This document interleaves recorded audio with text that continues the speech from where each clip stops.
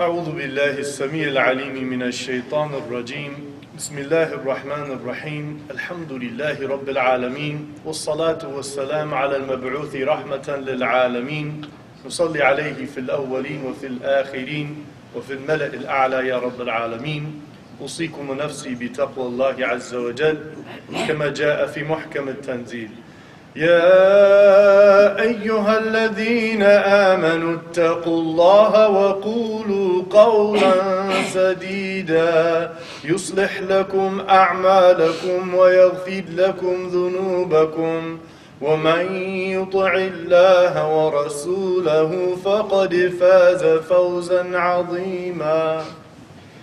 We begin seeking the protection and the refuge in the divine truth that brought us all into existence. We begin in His name. We begin remembering Him every day we wake up, from the moment we wake up, in His praise. We exalt His perfection. We are in a state of remembrance of His favor. This is what it means to be a Muslim, one who surrenders to and recognizes the will of God all around us. We ask Him to send His peace and blessings on His final messenger that He sent to mankind, Muhammad, the son of Abdullah, alayhi salatu wassalam, who was sent as an act of compassion to all of the earth. And in that compassion is the creation of women. You see, the Prophet ﷺ said that God has declared that أنا الرحمن وخلقت الرحم وشققت لها اسما من اسمي فمن وصلها وصلت ومن قطعها قطعت. The Prophet ﷺ said, I am Ar-Rahman, the most compassionate, the most merciful, the source of all blessings and favors. And I created the womb in the mother, in her stomach, which is where the child will be born from. And that is where that nurturing and care and the beginning of us in our lives come from, inside of our mother. And then we come out into this world, and then she is the one carrying us close to her chest, feeding us and loving us. That's where it all starts. Creation starts inside of the woman, and God has preferred her for that over men. That is a superiority, not a burden for women. So one of the hallmarks of Islamophobia is Islam oppresses women. Women are weak and oppressed in the religion of Islam. This is a fundamental core concept in the array of concepts that make up Islamophobia. And that is a false statement. And just the statistics would disprove that. In terms of those who are choosing on their own volition in the Western, enlightened, educated world, women 2 to 1 are converting to this religion. For every one guy who chooses to become Muslim, 2 women will embrace Islam in the West, where she has been freed and become liberated. That's a statistic that proves that if she's reading the Quran, which is why she would convert, she's reading about the Prophet Muhammad sallallahu alaihi wasallam and what he teach. If she sees women are oppressed, why would she of all people want to be in such a religion? Because she's not reading that. And so there was a time when Abdullah ibn Abbas was asking Umar, he was being shy in the time of Umar's caliphate. He was being shy about, how to deal with women and all of that, and would he take it as a subject that, he said, no, ask whatever you want, women or not women. And he said, كنا في الجاهلية ما نعد للنساء أمرا حتى أنزل الله فيهن ما أنزل وقسم لهن ما قسم. We used to, in the days of ignorance before we were Muslim, we used to not think that women were worth very much of anything. Until the Quran and the teachings of the Prophet taught a value to them and gave them a place of respect and revealed for them rights that were clearly above what they had beforehand. And so that was Omar teaching the young man the religion. So one of the things that came up and has come up, I can remember in the last 18 years, because the beginning of Islamophobia started with 9/11. Before that, Islam was just seen as, for our younger crowd, Islam was seen before 9/11 in America as just exotic, kind of like Buddhism, Hinduism, just something different. As far as the fear of Islam, that wasn't a. I became Muslim in 1998. Nobody that I knew was fearing Islam and Muslims at all. That was not a thing. Actually, in 1996, it was a white supremacist, Timothy McVeigh, who's part of the Christian identity movement, who had just bombed the FBI building, and that was the largest act of terror in the history of this country at that time. So we were scared of those people, as we are now becoming scared of them again. And so it started with Afghanistan. Because why? They said, oh, well, Osama bin Laden did this 9/11, he's in Afghanistan. So they said the Taliban are oppressing the women. Women have no right to education there. And that is some rule that people of the Taliban, some ruling ignorant group who grow long beards and pray lots of prayers and seem to be very religious, you know. And the people there are generally uneducated.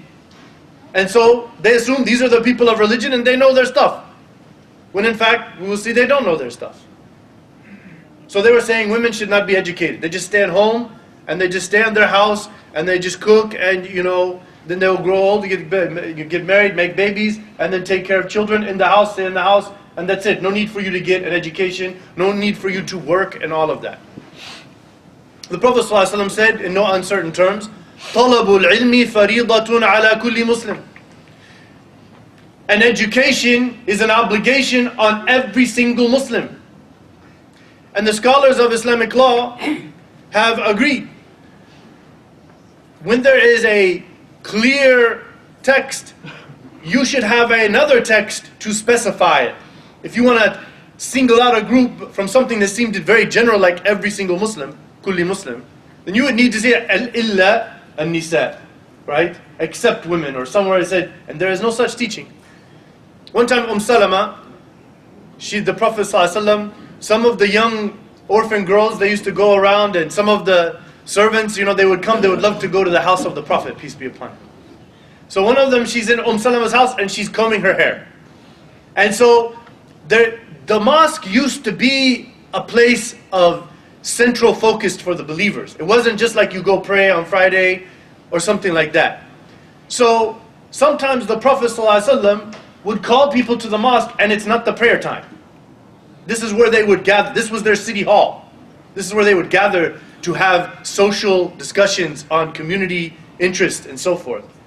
So the Prophet had called for that, and that depends on how many people show up and how long it takes them. So while Salama's hair is being brushed, the young girl is brushing her hair, and then she hears the Prophet, peace be upon him, go out on the pulpit where I'm standing, and he says, Ya ayyuhan nas, O people, right? So then Salama said, okay, that's enough, I want to go listen. And the girl said, she's in the, you know, the Prophet is talking to all the men in there. I see men in there. He said, oh people, I'm a person like everyone else here, so I'm going to go. So Salama understood, and this is halfway through Medina. Prophet ﷺ has been teaching Islam for a long time now, like 15 years. And so she said, I don't see any difference between male and female in learning from the Prophet ﷺ. The women came to the Prophet ﷺ and they complained, because they did not have a microphone back then.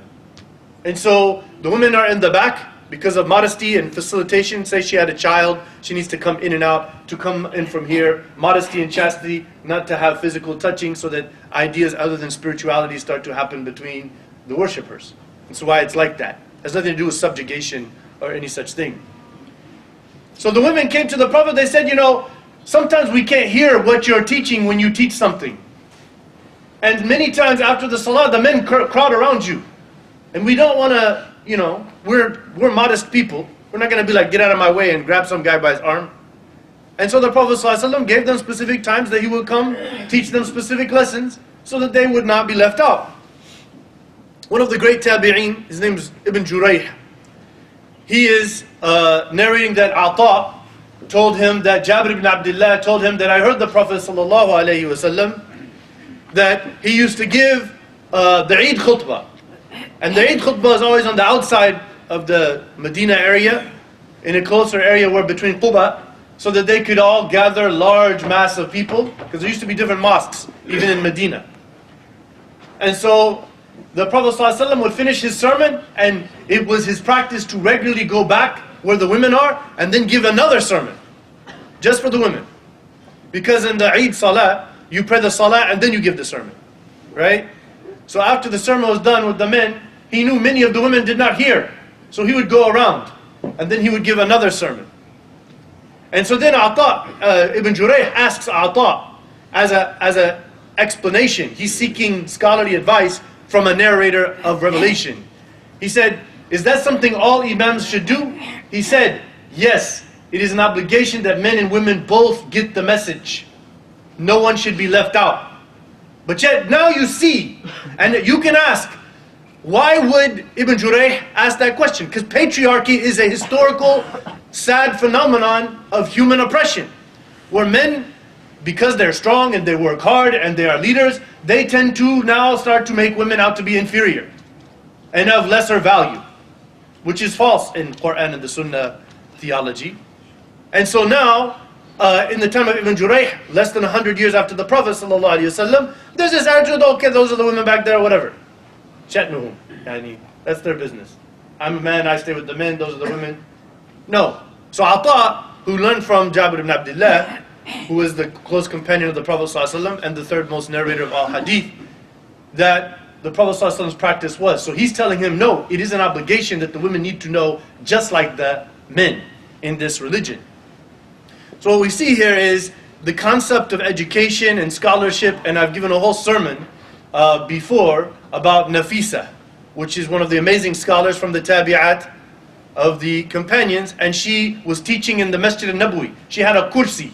She had a chair in the Prophet's mosque, and men and women would come sit before her and learn from her in the Prophet's mosque.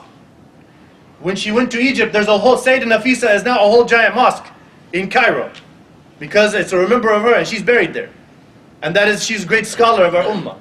And there's a great scholar named Akram al-Nadwi, who put together a book that puts together thousands and thousands of women scholars in our history that, for whatever reason, is being suppressed, as though women's job is not to learn religion or to be teachers of anything, much less religion, to men.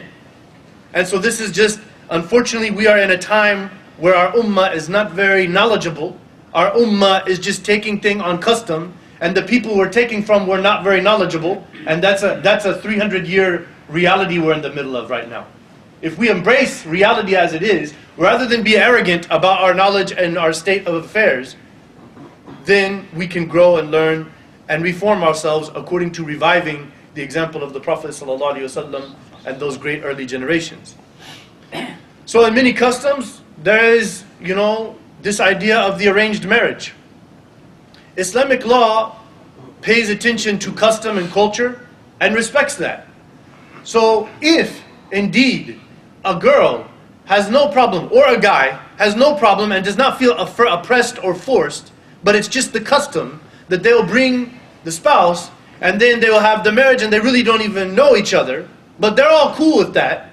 Customarily, in their society, that's normal. Islam will not make that wrong. Islam will not make that wrong. But as we'll see in the actual hadiths, by the way, no hadiths I have said or will say, if I ever narrate a hadith, it's authentic unless I say otherwise, right?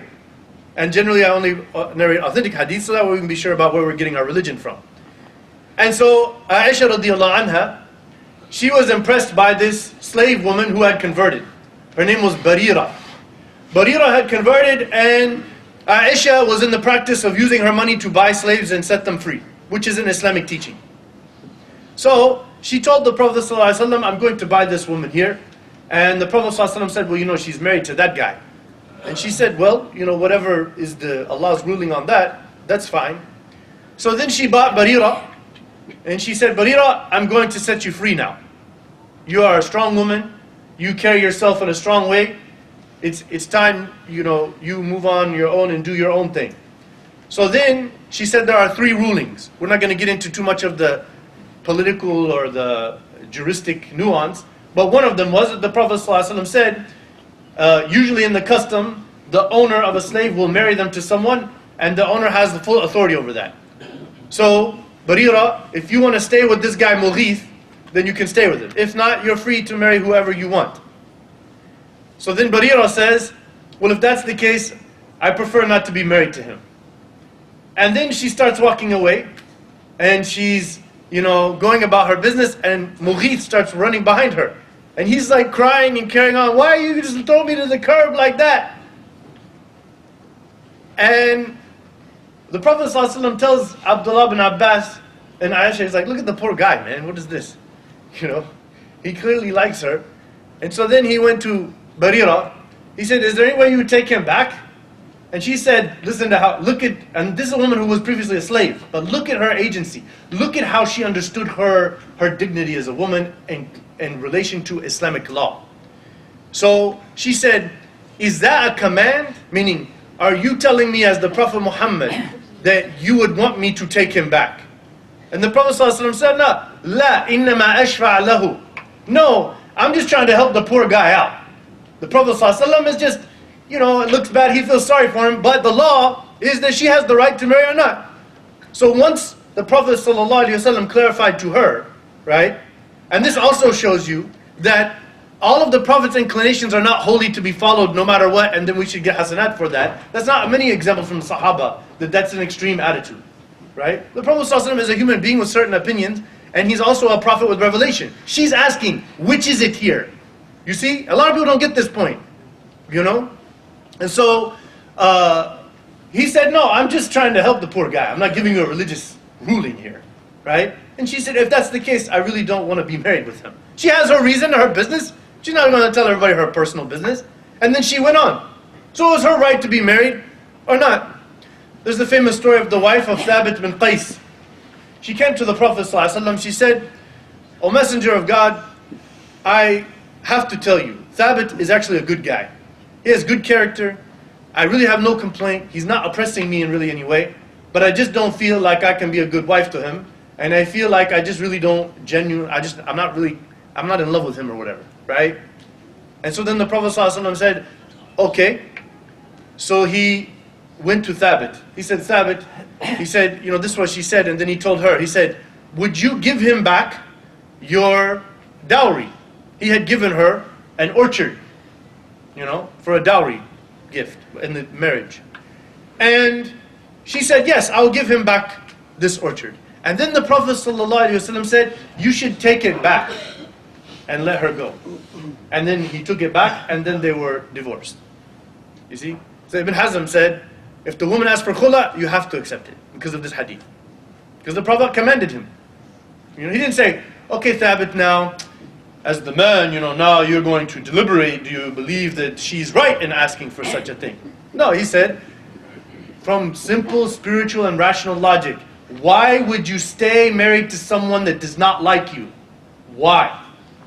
And so the Prophet here is actually the one fixing today's cultural problem 14 centuries later, which is people believing that in Islam we should even stay miserably married for decades because haram, which is a weak hadith, by the way.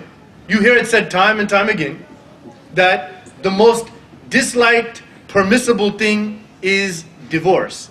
That is a weak hadith, la yasih bihal. Okay? And it is used as some sort of, oppression tool. Will keep you in this marriage. And you will and then people live in a very separate thing while they're living under the same roof. And it's all that. The Prophet ﷺ is fixing this. People need to move on. Do you know the Prophet himself had divorced Hafsa for a few days until he took her back. And many of the great companions of the Prophet ﷺ got divorces. Divorce is not evil. It is not haram. It is not makruh. It is allowed for people who try their best to make a healthy relationship and a two-way street of sharing love and understanding of roles. And whenever that just doesn't work and there's problems, that is why he legislated in so many chapters of the Quran. Surah Al-Baqarah goes on and on about the rules of divorce. There's a whole chapter of the Quran called Surah Al-Talaq, the chapter of divorce. So the Prophet ﷺ gave her the right, and that hadith is the basis for the khula, which is if a woman It's not really saying that I need to go to a judge because of oppression and I have evidence, and so I want my marriage annulled, which I keep my dowry because he's doing wrong to me. Now it's just, I really don't have much of an argument. But then the Prophet ﷺ later commented, basically to teach women to be careful. That if you really don't have any reason at all, it's better for you to try to make it work, the Prophet ﷺ said. And he made some rebuke of women who would be using this rule in some way that is not morally upright. So a young lady came to the Prophet ﷺ and she said, you know, my father has married me to my cousin. The culture. She's telling the Prophet of a very common Eastern culture across the world. Many religions have this culture, the arranged marriage. Christians, Jews, everybody but Hindus, they've been doing this for a long time in the East. This is not a Muslim thing, okay? And so she says, you know, my father has married me and he didn't even ask me, and now he's saying this is your husband. What do you think, Ya Rasulullah? So this woman, she sees herself in a place of self-respect and as a seeker of knowledge, and she has a natural inclination, what she thinks is right, which is a freedom for a person to choose such a decision. So she's not sure, is that Islam or is that culture? So she's going to the Prophet ﷺ. This is back then, 14 centuries ago. Those women that embraced Islam felt elevated. They felt a sense of rights. They felt that many women now, oh, those the men, you know, that's what they do. You know, we're supposed to, us women, we're weak and we're mentally unstable emotionally. Women are talking like this. Some weird idea, you know. So she went to the Prophet ﷺ and she said this, and then the Prophet ﷺ, she went to the father and he said, now, if she doesn't want to be married to this guy, then you need to find someone that she likes. Then she came back and said, actually, I really don't have a problem with this guy. I've known him for a while. He's my cousin. I will marry him. I just wanted to know if it was my right to choose. Which later the Prophet said, which is a mutawatir hadith, by the way, means it's been narrated by many companions, that the Prophet ﷺ said, the woman who has been married before, أَحَقُّ بِوِلَايَتِهَا مِنْ وَلِيِّهَا. This the Hanafi school takes this one. And that she is more rightful to choose who to marry than her own guardian. She just go find out who she wants to marry. And there's many hadith on this, that if I narrate some other hadith on this subject, you'll be like, hold on, astaghfirullah, what is this? تَعْرِضْ نَفْسَهَا عَلَى الرِّجَالِ. Yes, we have this in the sunnah. But it's not a matter of dating and a lustful intention. It's genuinely, I'm thinking about marriage, would you like to enter into a discussion like that? A serious discussion.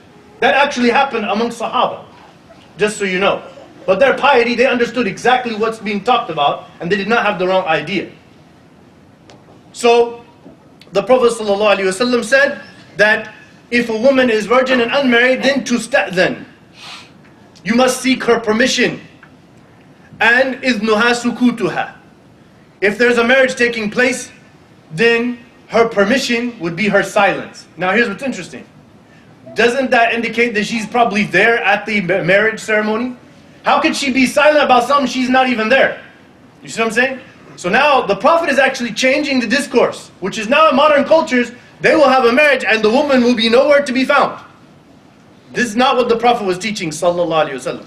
Now, if the culture and the people are all comfortable with it and they all accept it, that's fine. But it cannot be taught as religion. And this is a big problem over and over and over. I'm going to tell you that you want to believe, being born in a country where everybody's Muslim, or there's lots of Muslims, that everything here is Islam. We must be, I'm telling you for sure, lots of things that you are seeing are just a matter of local custom. It is something that before the people had converted, they were doing it before. You see what I'm saying? And people have inclined to certain things while being Muslim, which are not guided by some sort of religious text.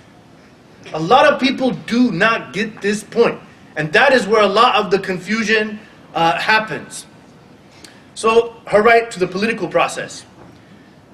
وَالْمُؤْمِنُونَ وَالْمُؤْمِنَاتُ بَعْضُهُمْ أَوْلِيَاءُ بَعْضٍ يَأْمُرُونَ بِالْمَعْرُوفِ وَيَنْهَوْنَ عَنِ الْمُنْكَرِ. The Quran talked about the relationship between men and women. It said the believing men and the believing women, they are guardian supporters of each other. أَوْلِيَاءُ بَعْضٍ. They are the guardian supporters of each other. What do? They all collectively enjoin and promote what is right. and rebuke what is wrong. Which means what? The political structure of our society is built on trying to put people in positions that will make things right or make things wrong. So clearly this ayah is indicating that. Salama in Hudaybiyah, the Prophet ﷺ found himself in a political circumstance that was very difficult, where he has asked his companions to do something and they are not listening to him. Only time it happened. So the Prophet ﷺ, he goes to his wife Salama. He could have gone to Abu Bakr, he could have gone to Umar, he could have done many things, but he chose to go to his wife Salama. And she told him, in this political tense situation, it's Hudaybiyah, it's a treaty of political nature, and how they're responding to that. This is what happened. She said, no, just go ahead and do this, and then when you do it, they will respect you and they'll follow you. And the Prophet said, okay. He didn't say, now hold on, I'm a Rajal here, I'm prophet, No, he went ahead and did exactly as she said, and then exactly as she predicted, with her wisdom as his wife, came true. How many of us men do like that? We need our wife to tell us, and if you're not admitting it, then you need to deal with your own issues. So, Aisha led an army. Aisha radiallahu anha led an army. The whole army being led by a woman. And all the Sahaba are there letting her lead. Right? If it was wrong for a woman to have political authority, why is she leading this army? It's called Ma'arakatul Jamal. Why is it called that? Because she's sitting on a camel giving the commands in this army. There's a woman named Arwa bint Ahmed al-Salihiyya. She ruled the Sultanate of Yemen in the Khilafah Islamiyya 980 years ago. She ruled for 55 years. Radiyatuddin al-Sultana ruled for 5 years over half of basically northern Pakistan and India. That whole, they called it Delhi back then. It wasn't a city, it was a whole region. Right? She ruled that for many years in the Islamic Caliphate. We still haven't had a female president here. And yet we're saying Islam is oppressing the women?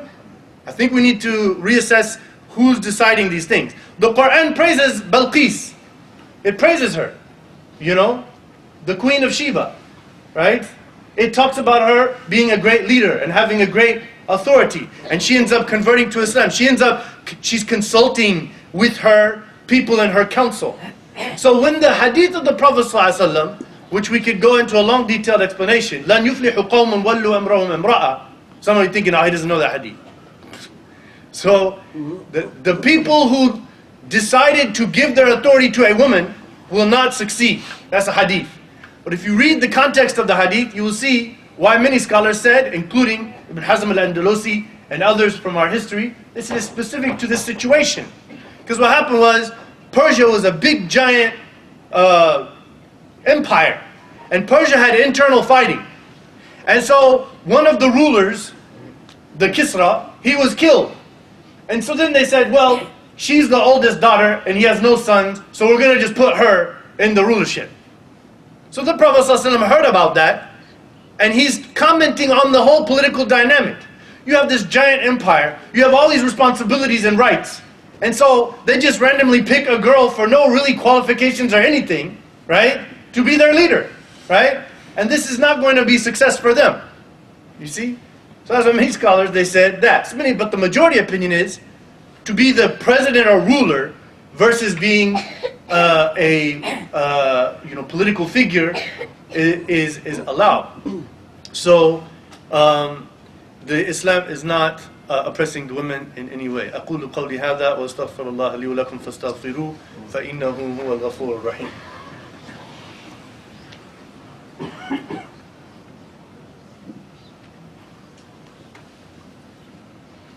بسم الله والحمد لله والصلاة والسلام على رسول الله وعلى آله وصحبه أجمعين.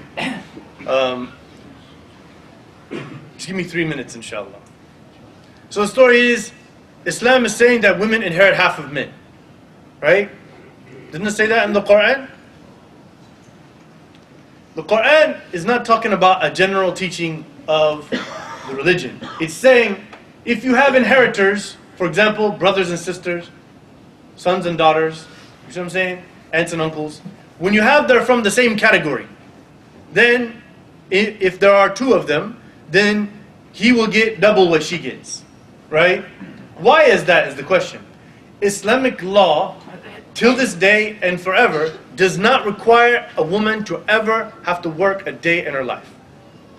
Islamic law allows a woman to work if she needs to. It would discourage her from choosing to work when she has children to raise that are small and not in schools and things like that, because that would erase the precedence of her leadership, which God created her for, which is motherhood. She's the primary caregiver and raiser of children. But before, or in the lack of presence of children, or children in a school, she can go work, no problem. But if the woman in Islamic law, I will give you just because we're running out of time. If a woman was a doctor, she's making $200,000 a year. She's married to her husband, who's a respectable man. He's got a small business in Concord Mills, and he's making $65,000 a year. Okay? He has no right on one penny of her money. He cannot ever say, I need you to carry the bills, can you pay half the thing? And that. No. He has no business asking one penny. All of the bills, all of the needs of this family must be by law. Now that might seem oppressing who? The man. Alhamdulillah. Now he said, come on, Imam, you need to turn this story a little bit. It's been tough to deal with this. And so that's why if there are two from the same category, God knows that man is going to need to have some bump in his responsibilities financially than the woman. Now, outside of that one situation in which you have a brother and a sister, a daughter and a son, an aunt and an uncle, there are many, many cases in which the woman will inherit more than men in an inheritance. So, I'm not going to go into the details of that, but you can look it up and you'll find it very clear. Similarly, the witness. Is a woman's witness half of a man?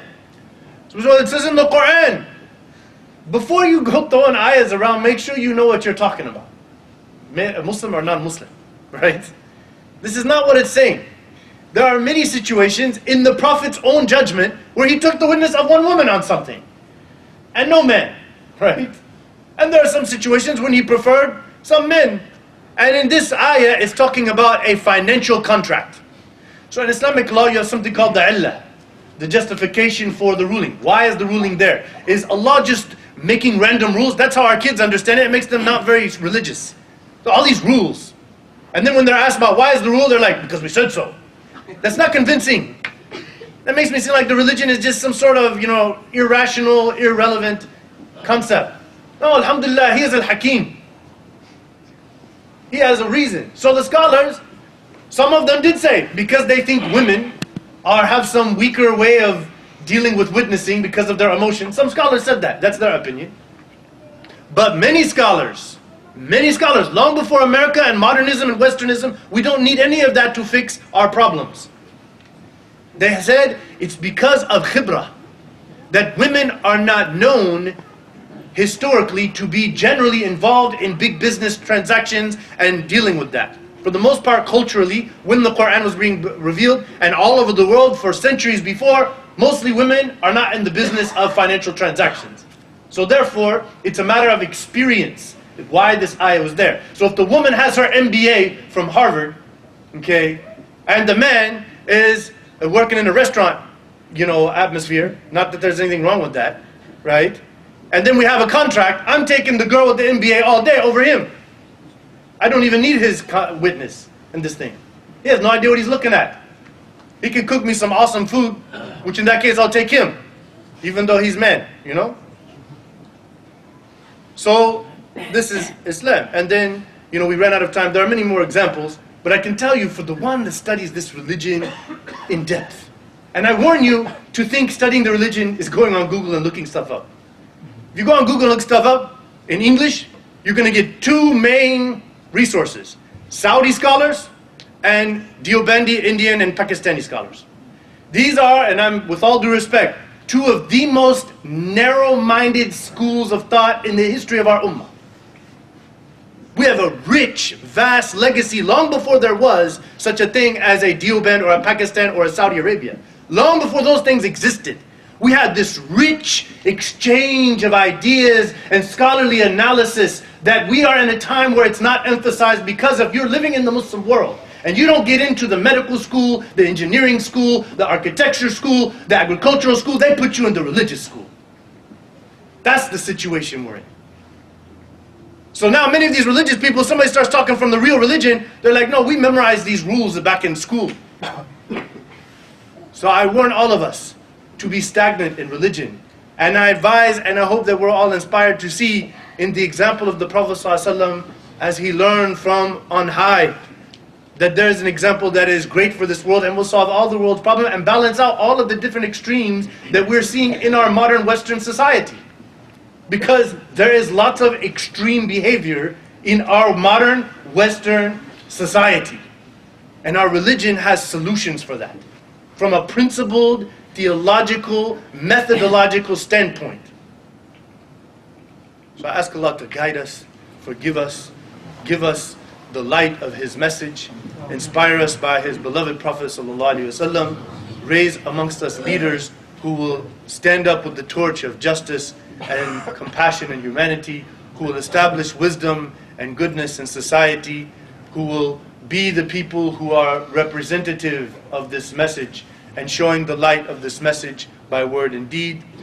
Gather us all in heaven in the presence of the prophets and the righteous and the pious for an eternity of bliss in your favor and in your contentment, and send your peace and blessings and mercy upon your final messenger Muhammad.